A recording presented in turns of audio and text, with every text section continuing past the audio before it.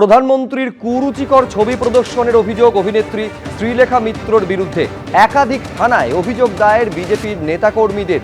অভিনেত্রী শ্রীলেখা মিত্রকে অবিলম্বে গ্রেফতারির দাবি, গ্রেফতারি না হলে আন্দোলনের হুঁশিয়ারি।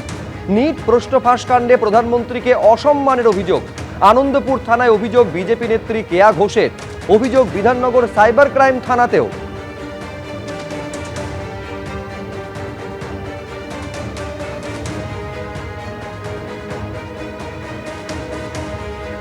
অভিযোগটা হচ্ছে শ্রীলেখা মিত্র যে কুরুচিকর ছবি, এবং ছবিটা আছে, আমরা অভিযোগের সঙ্গে জানিয়েওছি, কিন্তু দেখানো যাবে না, মানে সেই শিক্ষা আমরা পাইনি।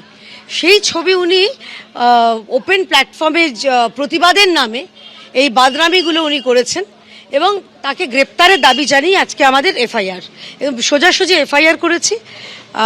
আমি অনুরোধ করেছি যিনি কর্তব্যরত অফিসার ছিলেন যে ওনাকে অবিলম্বে গ্রেপ্তার করতে হবে। গ্রেপ্তার থেকে নিজে কোনো রকম দেখে নেওয়া, করে দেওয়া, এগুলো আমরা মানব না। এখানে একজন অভিনেত্রী শ্রীলেখা মিত্র, তিনি প্রধানমন্ত্রীর একটা অমর্যাদাকর, আপত্তিকর, কুরুচিপূর্ণ ছবি নিয়ে তিনি দাঁড়িয়ে সেই প্রতিবাদের মঞ্চে সামিল হয়েছেন।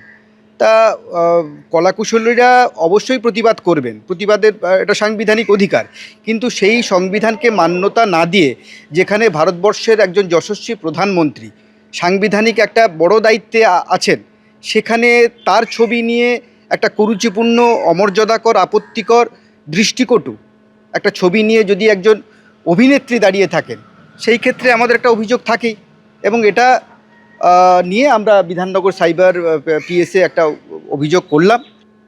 এরকম একটা ছবি, ওটা দেখে মজা লেগেছে।